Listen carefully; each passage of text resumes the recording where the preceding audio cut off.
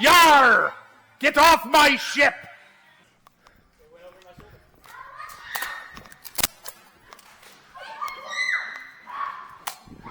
Yar!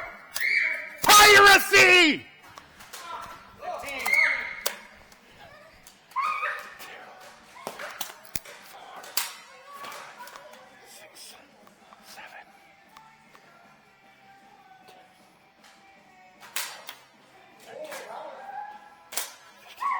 Piracy! I'm out!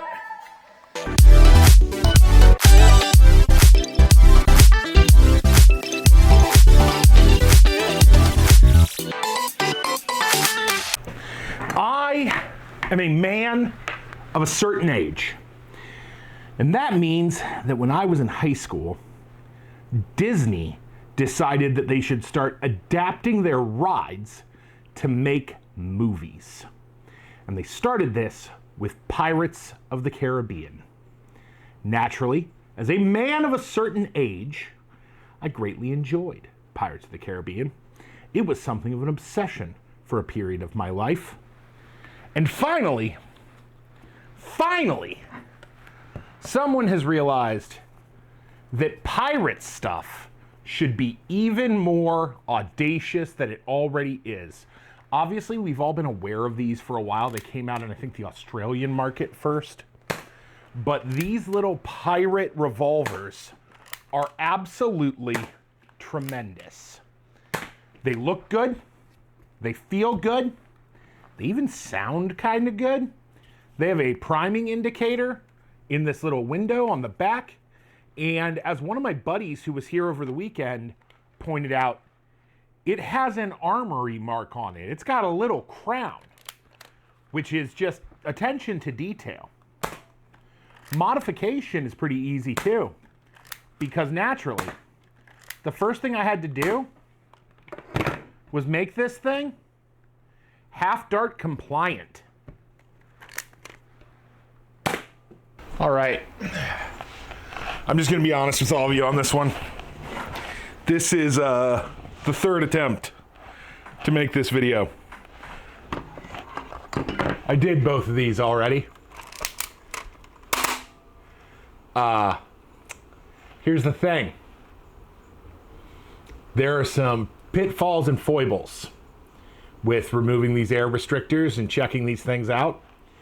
And I started with this one and realized I couldn't figure out what I was doing wrong. So I also took apart this one. And then 2 hours later, I got them both back together. We're not going to take that long this time, because now we know what we're doing with this one. First things first. You have this ring. It is not solvent welded, but it is clipped on. The easiest way I have found to get it off is to just, take a flathead screwdriver and jimmy the old thing off. It's not the cleanest way. Oh, don't do that. But it's the way we've got. And I might start with a spudger.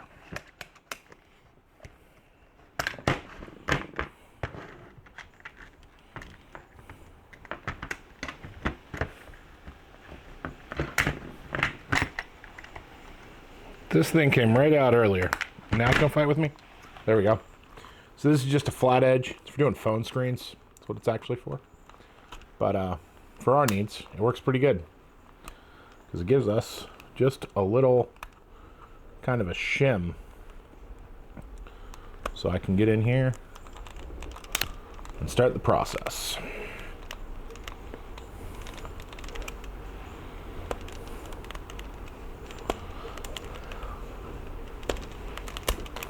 It's 2.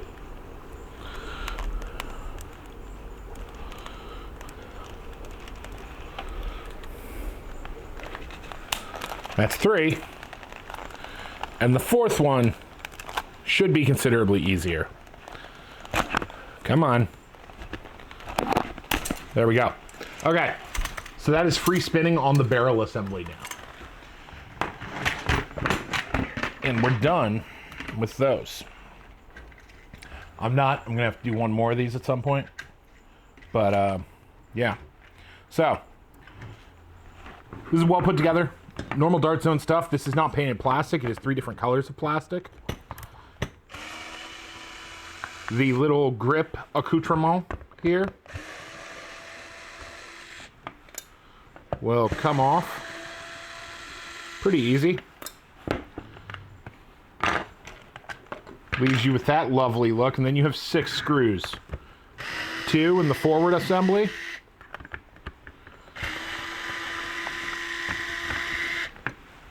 2 in the top.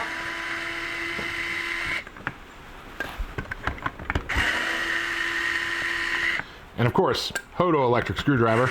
Not a sponsor, but I would happily accept it.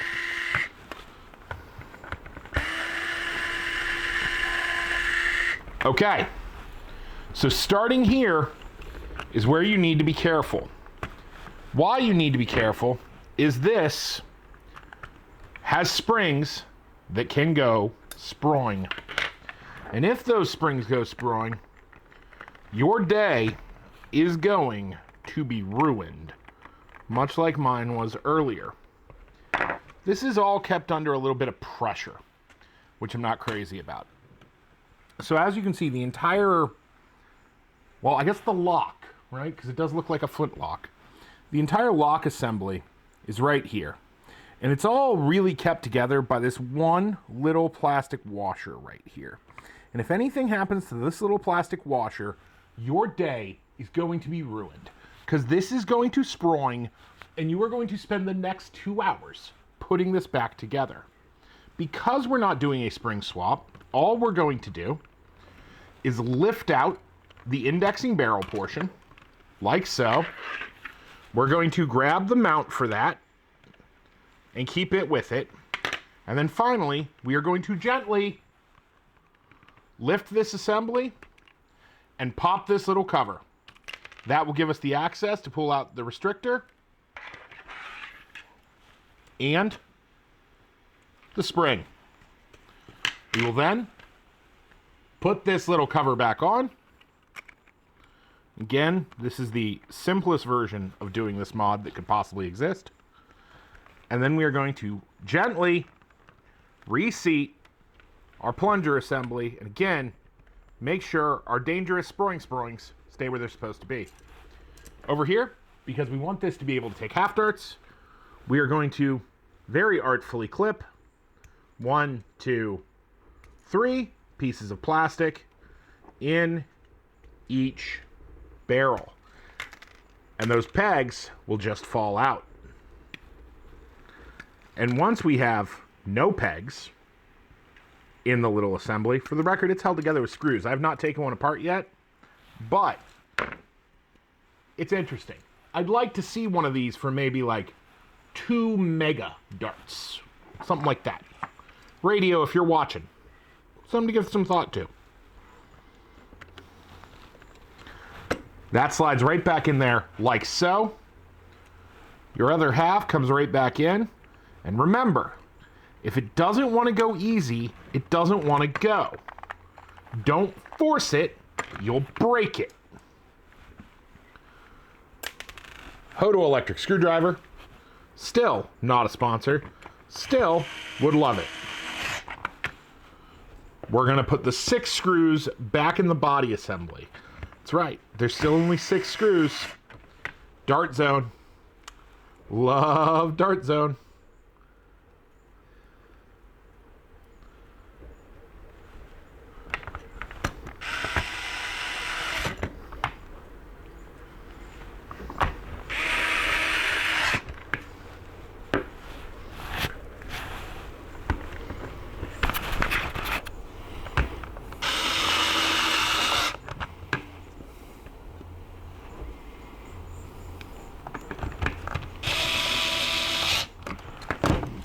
Do we lock?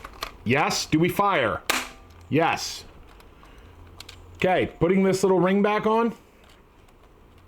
There is one section, at least there was on the other ones. Where is it here? Oh, there it is.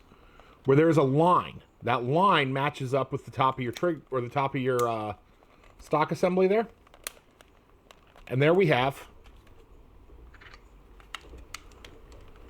everything but the little accoutrement.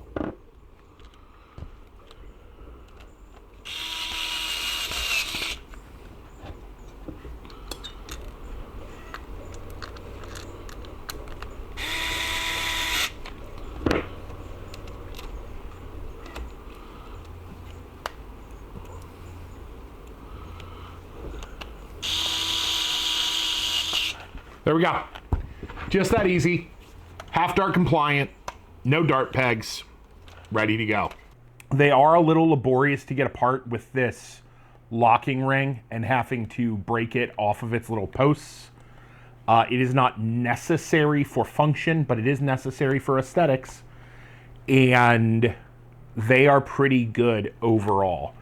I'm going to look at changing that O-ring because that O-ring is just kind of flopping around in there. I'm going to look at maybe putting a beefier spring in it, but this prime feels pretty good where it is, so I don't want to mess with it too much. What is going to happen is those ones are going to stay with me, and I'm going to trade these ones with Alan to get 2 more blue ones because I like blue things. That said, pirate pistols.